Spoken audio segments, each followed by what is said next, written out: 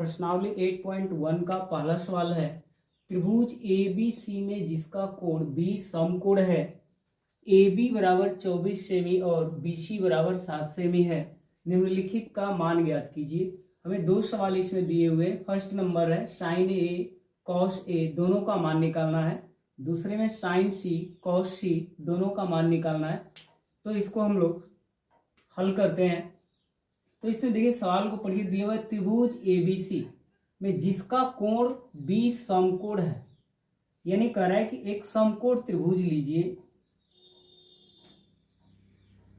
एक समकोण त्रिभुज हमने लिया और इसमें कहा जा रहा है कि जो B है वो समकोण है। एक समकोण बराबर होता है 90 डिग्री, यानी B की जो स्थान है यहाँ पर फिक्स किया गया है और जो A और C बच गया तो A यहाँ लिख देते हैं और C यहाँ लिख देते हैं। अब देखिए यहाँ पर दिया हुआ है AB बराबर 24 सेमी, तो AB बराबर 24 सेमी लिख लेंगे। फिर BC बराबर दिया हुआ है 7 सेमी, तो BC बराबर हो जाएगा अपना 7 सेमी। इसके बाद हमें AC भुजा को निकालना पड़ेगा, तो यहाँ पे पाइथागोरस थ्योरम का प्रयोग करेंगे। पाइथागोरस प्रमेय से AC is equal to AB square plus BC square.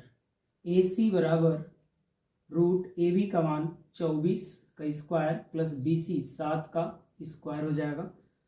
तो 24 का स्क्वायर होता है 576, 7 का स्क्वायर होता है 49, तो जोड़ देंगे तो हो जाएगा ये 625 और 625 का वर्गमूल होता है 25 सेमी, यानी जो AC साइड है वो आ गया 25 सेमी, यानी ये AC आ गया 25 सेमी।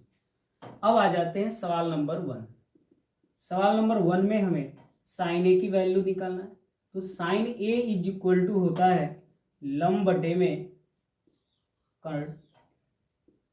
अब देखिए यहाँ पर A दिया हुआ है तो एंगल A दिया है, तो लंब हमें निकालना है। तो एंगल A के सामने वाली जो भुजा होगी वो लंब कहलाएगी, तो लंब हो जाएगा BC और कर्ण हो जाएगा, ये सबसे बड़ी भुजा कर्ण कहलाती है। तो BC की वैल्यू जो है 7 और CA की वैल्यू जो है 25। ये हो गया साइन A का मान।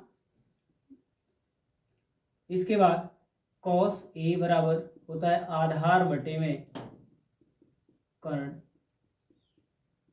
तो देखिए यहाँ पर भी एंगल A दिया है, तो एंगल A के सामने वाली भुजा जो होगी वो लंब कहलाएगी और लंब ये लंब हो गया तो ये आधार होगा, तो आधार होगा AB और कर्ण जो है सबसे बड़ी भुजा होती है AC। तो ये हो जाएगा 24 बटे में 25। ये पहला बन गया सवाल हम लोगों का। अब दूसरे सवाल में आ जाते हैं। दूसरे सवाल में हमें साइन C और कॉस C का मान निकालना है। तो साइन C का वैल्यू निकालते हैं, तो साइन C बराबर सूत्र होगा लंब बटे में कर्ण होगा। अब देखिए यहाँ पे जो है एंगल हमें C दिया हुआ है, तो C दिया हुआ है तो C के सामने वाली एंगल C के यानी कोण C के सामने वाली जो भुजा होगी वो लंब कहलाएगी। तो लंब क्या होगा AB और कर्ण होगा AC।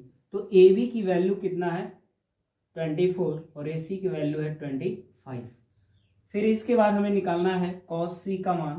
तो cos C बराबर हो जाएगा आधार बटे में कर्ण। तो यहाँ पे एंगल C है, तो एंगल C से देखेंगे तो एंगल C के सामने वाली भुजा लंब कहलाएगी और ये हमेशा कर्ण होता ही है फिक्स। तो ये कर्ण हो गया, ये लंब हो जाएगा, तो ये क्या होगा आधार होगा। तो आधार हो जाएगा BC और कर्ण हो जाएगा AC। तो BC का मान कितना है 7 है और AC की जो वैल्यू है 25 है। अब हम लोगों का sine A cos A sine C cos C सबका मान निकल गया, ठीक है। तो यही इसका आंसर होगा। दूसरा नंबर है आकृति में tan P minus cot R का मान ज्ञात कीजिए। देखिए बच्चों यहाँ पे आपको फिगर दिया हुआ है और इस फिगर के आधार पे आपको tan P minus cot R का मान ज्ञात करना है। तो सबसे पहले हम लोग QR भुजा को ज्ञात करते हैं हम लोग। तो QR भुजा को जब निकालेंगे हम लोग तो यहाँ पर लिखेंगे समकोण त्रिभुज PQR में पाइथागोरस प्रमेय से Q R is equal to under root P R square minus P Q square. Q R बराबर रूट पी आर का मान है 13 का स्क्वायर माइनस 12 का स्क्वायर। 13 का स्क्वायर होता है 169, 12 का स्क्वायर होता है 144। देखिए 13 का स्क्वायर का अर्थ ये हुआ, 13 का स्क्वायर दैट मीन्स 13 गुणे 13, 13 में 13 का गुणा करेंगे तो 169 हो जाएगा। ठीक उसी प्रकार 12 का स्क्वायर 12 में 12 का गुणा करेंगे तो 144 हो जाएगा। तो इसलिए अब 169 में से 144 घटा देते हैं तो 25 आ जाएगा। 25 का वर्गमूल होगा 5। इसलिए क्यू आर का जो मान है वो आ गया हम लोगों का 5 सेमी, यानी क्यू आर की वैल्यू हो गया 5 सेमी। अब इसके बाद अब हम लोग निकालते हैं tan p का मान।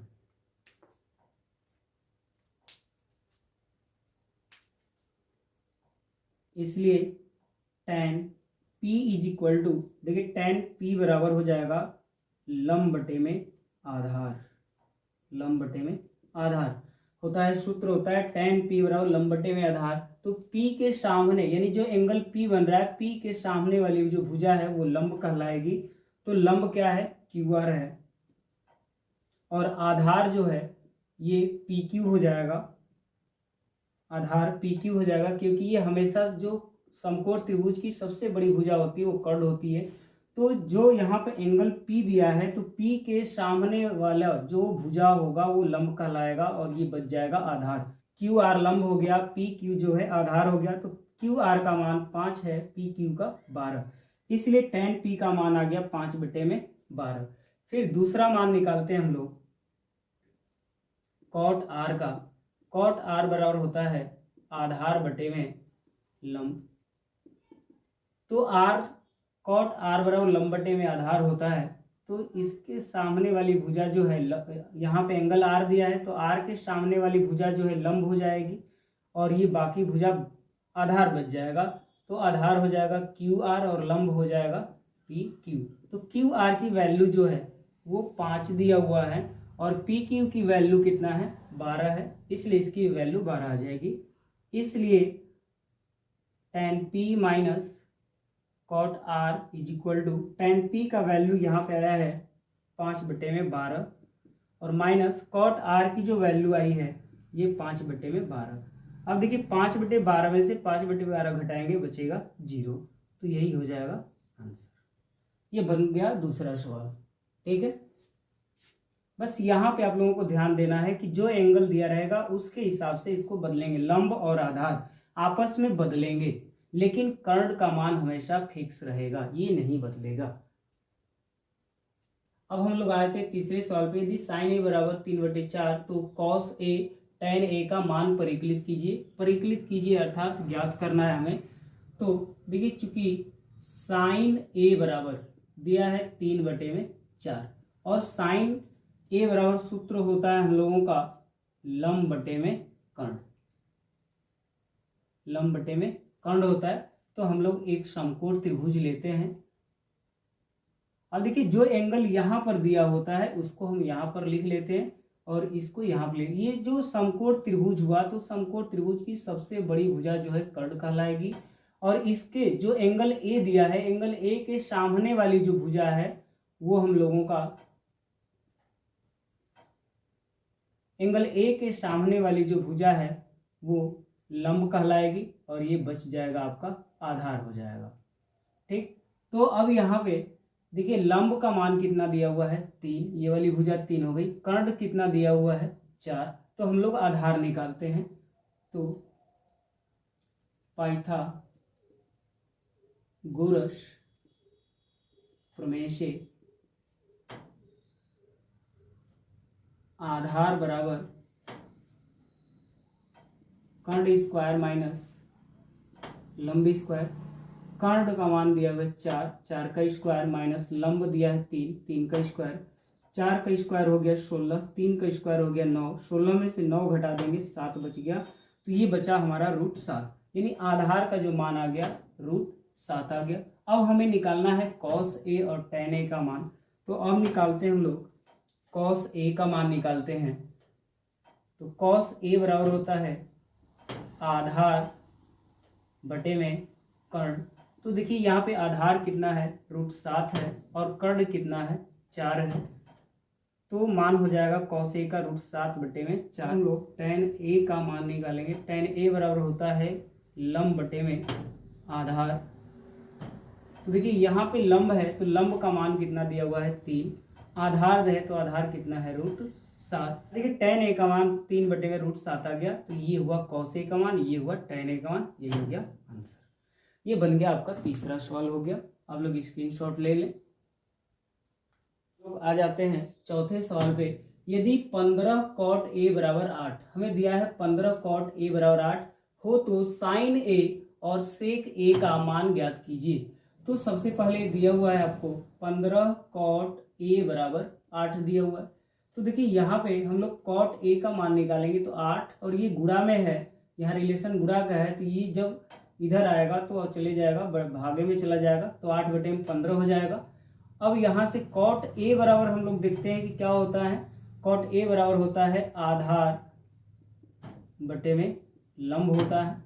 तो आधार बटे में लंब होता है। तो अब यहाँ पे हम लोग एक समकोण त्रिभुज बनाते हैं। समकोण त्रिभुज तैयार हुआ हमारा। और जो यहाँ पर दिया होता है एंगल cot A, तो एंगल A दिया है तो एंगल A को यहाँ लिखे, भूल करके भी यहाँ न लिखे। तो cot A दिया हुआ है तो यहाँ पर A को हम लोग लिख दिए। तो देखिए यहाँ पे आधार हम लोगों ने ये पढ़ा, और देखिए यहाँ पे ये जो समकोण त्रिभुज की सबसे बड़ी भुजा होती है वो कर्ण कहलाती है, और कोण A के सामने वाली जो भुजा है वो लंब कहलाएगा, और ये वाला भुजा आधार कहलाएगा। तो देखिए हमारा आधार कितना है 8 दिया हुआ है, लंब कितना दिया हुआ है 15 दिया हुआ है। तो हमें क्या निकालना पड़ेगा, कर्ण निकालना पड़ेगा। तो हम लोग पाइथागोरस प्रमेय का प्रयोग करेंगे। लिखेंगे पाइथागोरस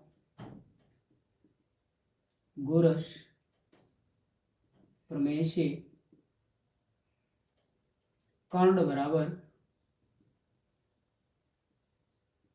लंब स्क्वायर प्लस आधार स्क्वायर। तो अब देखिए यहाँ पे लंब है तो लंब का मान कितना है 15, 15 का स्क्वायर प्लस आधार कितना है 8, तो 8 का स्क्वायर। अब देखिए 15 का स्क्वायर जो होता है 225 प्लस 8 का स्क्वायर जो है होगा 64। अब देखिए यहाँ पे अब 225 कैसे आया, 15 का स्क्वायर यानी 15 का स्क्वायर दैट मीन्स 15 गुणे 15, 15 में 15 गुणा करेंगे 225 हो जाएगा। 8 का स्क्वायर मतलब 8 का स्क्वायर 8 गुणे 8 यानी हो जाएगा आपका 8 का पहाड़ी 8 बार पढ़ेंगे 64 हो जाएगा।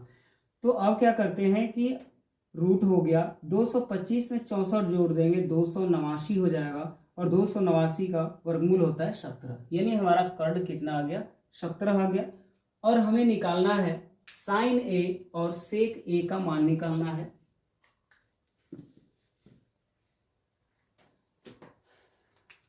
तो यहां से हम लोग मान निकालते हैं। अब साइन ए बराबर लंब बटे में कर्ण होता है, लंब बटे में कर्ण। तो देखिए यहाँ पर एंगल ए है तो एंगल ए के सामने वाली भुजा लंब होगी, तो लंब कितना अपना आया 15, और कर्ण है तो कर्ण का मान कितना है 17, यानी साइन ए का मान हो गया 15 बटे में 17। इसके बाद हमें निकालना है सेक ए, सेक ए का मान, सेक ए बराबर हो जाएगा कर्ण बटे में आधार, कर्ण बटे में आधार। तो देखिए कर्ण का मान 17 दिया हुआ है और आधार का मान जो है 8 है, इसलिए सेक ए बराबर हो जाएगा 17 बटे में 8। ही आ गए दोनों आंसर। आपका चौथा सवाल बन चुका, जो आप लोग स्क्रीनशॉट ले सकते हैं आप लोग।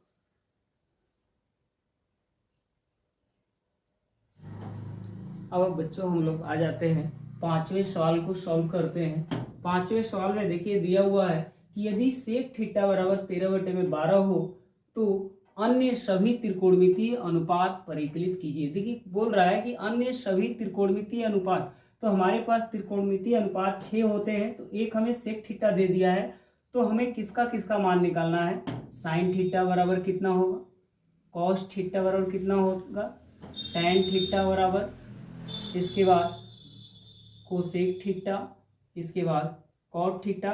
इन अन्य पांच जो बच जाएंगे इन्हीं का मान निकालना है हमें, क्योंकि त्रिकोणमितीय अनुपात 6 होते हैं, sine theta, cos theta, tan theta, cosec theta, cot theta और सेक थीटा। तो एक का वैल्यू हमें दे चुका है, तो अन्य 5 बच गए जो शेष, उन्हीं का मान हमें निकालना है। तो आते हैं यहाँ पर लिखते हैं, चूंकि सेक थीटा बराबर 13/12 दिया हुआ है, तो देखिए सेक थीटा बराबर सूत्र होता है हम लोगों का कर्ण बटे में आधार, कर्ण बटे में आधार होता है। तो हम लोग समकोण त्रिभुज बनाते हैं, समकोण त्रिभुज बना लिए और यहाँ 90 डिग्री का एंगल बनेगा, ये समकोण त्रिभुज हुआ। और ये जो एंगल थीटा दिया है हम इसको यहाँ पर लिख लेते हैं एंगल थीटा। अब देखिए ये जो समकोण त्रिभुज की सबसे बड़ी भुजा होती है कर्ण होता है, और इस कोण के सामने वाली भुजा जो होगी वो लंब होगी, और ये जो बाकी बच जाएगा ये आधार होगा। ठीक, तो अब यहाँ पर देखिए कर्ण का जो मान है, कर्ण का जो मान है वो 13 दिया हुआ है, तो कर्ण बराबर 13 हो गया। आधार कितना दिया हुआ है 12, तो आधार का मान हो गया 12। अब हमें निकालना है लंब, तो यहाँ पे हम लोग निकालेंगे पाइथागोरस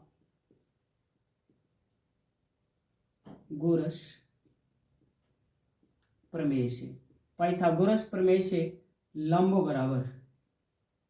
बराबर हो जाएगा कर्ण स्क्वायर माइनस आधार स्क्वायर। तो देखिए कर्ण का मान कितना दिया हुआ है, कर्ण स्क्वायर, तो कर्ण का मान 13 है, 13 का स्क्वायर माइनस आधार स्क्वायर, तो आधार कितना है 12 का स्क्वायर। तो देखिए 13 का स्क्वायर होगा 169, 12 का स्क्वायर होगा 144, 169 में से 144 घटा देंगे होगा 25, 25 का वर्गमूल कितना होगा 5। इसलिए हम लोगों का लंब कितना आ गया, हम लोगों का लंब का जो मान आ गया वो आ गया 5। अब हमें निकालना है sign theta, cos theta, tan theta, cosec theta और कॉट थीटा का मान। तो साइन थीटा बराबर होता है लंब बटे में कर्ण। तो देखिए लंब कितना दिया हुआ है, लंब है 5 और कर्ण जो है 13 है, तो 13 लिखेंगे। कॉस, अब आते हैं कॉस थीटा बराबर होता है आधार बटे में कर्ण, कॉस थीटा बराबर आधार बटे में कर्ण। तो अब देखिए आधार कितना है 12 है, तो आधार के सामने 12, कर्ण, तो कर्ण कितना है 13, तो कॉस थीटा बराबर हो जाएगा 12 बटे में 13। अब निकालेंगे हम लोग टैन थीटा का मान। तो टैन थीटा बराबर होता है लंब बटे में आधार। तो देखिए लंब कितना है 5 है और आधार कितना है 12 है। ठीक, अब आ जाते हैं कोसेक थीटा बराबर निकालेंगे। तो कोसेक थीटा बराबर होता है कर्ण बटे में, अब निकालेंगे कोसेक थीटा का। तो कोसेक थीटा बराबर होता है कर्ण बटे में लंब। तो देखिए यहाँ पे कर्ण का मान 13 है और लंब का जो मान है वो 5 है, जो लंब का मान है वो 5 है, तो 5 लिखेंगे। कॉट थीटा बराबर निकालेंगे। तो कॉट थीटा बराबर हो जाएगा आधार बटे में लंब। अब देखिए यहाँ पे आधार कितना है 12 है और लंब कितना है 5 है, तो हो गया कॉट थीटा बराबर 12 बटे में 5। अब देखिए यहाँ पे अन्य सभी त्रिकोणमितीय अनुपातों का परिकलित कीजिए, तो मान निकालना था। तो साइन थीटा का आ गया 5 बटे में 13, कॉस थीटा का 12 बटे में 13, टैन थीटा का 5 बटे में 12, कोसेक थीटा का 13 बटे में 5, कॉट थीटा का मान 12 बटे में 5 आ गया। तो इस प्रकार से जब भी इस तरह के सवाल दिए हों तो इसी पैटर्न पे हल किए जाते हैं। आप लोग अब स्क्रीनशॉट ले लें इसका।